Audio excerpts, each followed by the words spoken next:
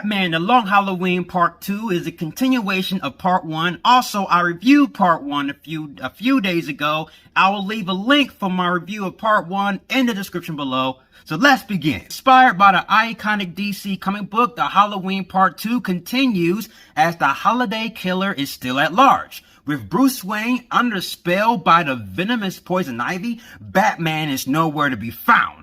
Meanwhile, Harvey Dent is confronting two battles of his own to end the mob war. We have the movie, The Long Halloween Part 2. We have a plethora of characters that makes an appearance in this movie. We have Poison Ivy, Scarecrow, Joker, Batman, of course, Catwoman. I mean, this has a plethora of characters, and I did like the transition of Harvey Dent in this movie. Like, dude, looking back at the two movies, Part 1 and Part 2, yeah, most of it revolves around Harvey Dent's build up to what he's going to become, Two-Face. And this movie right here does a really good job of building it up frame by frame, scene to scene, slowly transitioning into the character we also love, Two-Face. Also, we understand that Harvey Dent, he's trying to stop crime. He's also trying to keep his relationship afloat while dealing with the psychological mind inside of his brain. Time by time, he starts to lose his sanity, embodying the character of Two-Face. Batman has to put up all the stops. You know, first, we start out in the movie as him being controlled by Poison Ivy, and then he gets help from an unlikely source that liberates him from the clutches of Poison Ivy. And then we go on to this movie where Batman has to solve the case about who is the holiday killer. Now, in the first movie, the one of the things I did like about Batman in this movie, in the first movie in Part 1, especially going into Part 2, was our hero suffered adversity. Like, he didn't figure out, well, spoiler alert, because those of you who have seen Part 1, he didn't figure out who the holiday killer was in the first part. And now he has to backtrack, discover, do more detective work, trying to figure out who is the real holiday killer. There's a saying, adversity makes you stronger. And that's one of the main points of the character of Batman. This is the beginning stages of Batman. He's been Batman for it seemed like maybe a couple of years. And he suffers adversity throughout Part 1 and Part 2. Not as much in Part 2 than he did in Part 1, but he did suffer adversity, and he has to learn from that adversity, and that progressed his character throughout the movie. The thing about this movie, that Part 2 of Long Halloween, it takes its time of fleshing out its story. And also it takes its time of fleshing out the majority of the characters. Now, there are two characters that didn't have a huge part in this movie, like Joker and Scarecrow. They appeared in the first part, and also they appear in this movie, but they like brief moments. For the most part, it follows the comic book to the point, but also there are some liberties and choices that sort of differentiates itself from the comic book. This film does a wonderful job of just making me feel captivated within its story. And the way this film was presenting its storytelling, it's different from your other superhero movies. Like in the other Batman superhero movies, you might see action, a little bit of subtlety of character moments, but mostly you see action sequences and it's exciting, it's thrilling. But with this movie right here, the scene structure is much more slower, much calmer, reserved, and you get a lot of slow, drawn out scenes of characters getting fleshed out.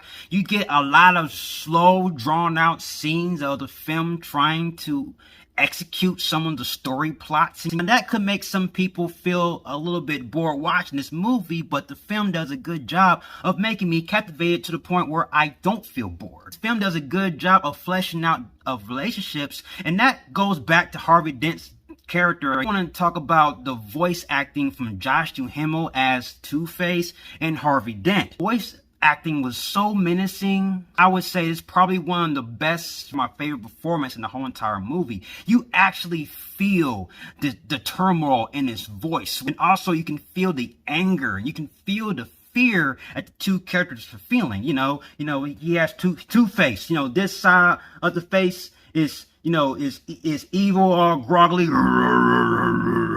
and then this side right here is the regular side. You can hear his regular voice like, hey, I'm just a regular guy, you know? And then this side is, you can feel the anger and turmoil of this side, and you can feel the fear on this side. Combining the two, you get an understanding of the character, and you feel the character from an emotional point of view. He has all this pressure of his relationship is becoming unstable. He's trying to make it work, and also dealing with the crime, balancing everything out. So say that Josh Duhamel gave out a tragic the performance in the voice acting. I have to praise that there, okay?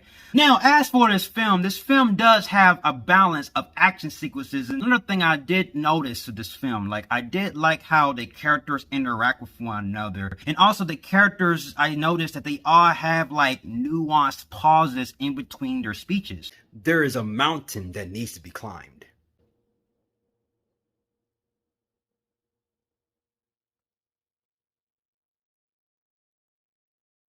You're right. So when a character makes a statement, a character will have like a drawn out scene where the character is looking out in the distance or taking a moment to himself, of pausing, recollecting his thoughts, figuring out what he's saying before he says it. And then he comes out with the words. As for the subtlety and the drawn out scenes and the reserved slowness and calmness of the scenes, there are some still good action sequences in this movie. I still was at the edge of my seat. And the film does a good job of balancing it out along with the slow, drawn out scene. As a whole, for part 1 and part 2, this is definitely good storytelling from start to finish. Despite the film being slow and steady, the film did a good job of still making me captivated and still making me at the edge of my seat, revolving around the mystery when Batman's trying to discover who the holiday killer is. And I said the film did a good job. So I'm going to give Batman The Long Halloween Part 2 a Batman-tastic. I will give this whole entire series as a whole. And part 1, I gave part 1 a Christian Bale Batman. I gave part 2 a Batman-tastic. As a whole, I'm going to give it a Christian Bale Batman. This is a really good series, a really good movie. That's my review of Batman The Long Halloween Part 2. What are your thoughts on Batman The Long Halloween Part 2? Comment below and let's talk about it. And what is your favorite movie in the DCAU? And I'll see you guys in my next review. And if you like everything you see and you agree, subscribe to my channel and join me in the Batman family. I have more Batman-tastic reviews in the way. You have been warned. Till then.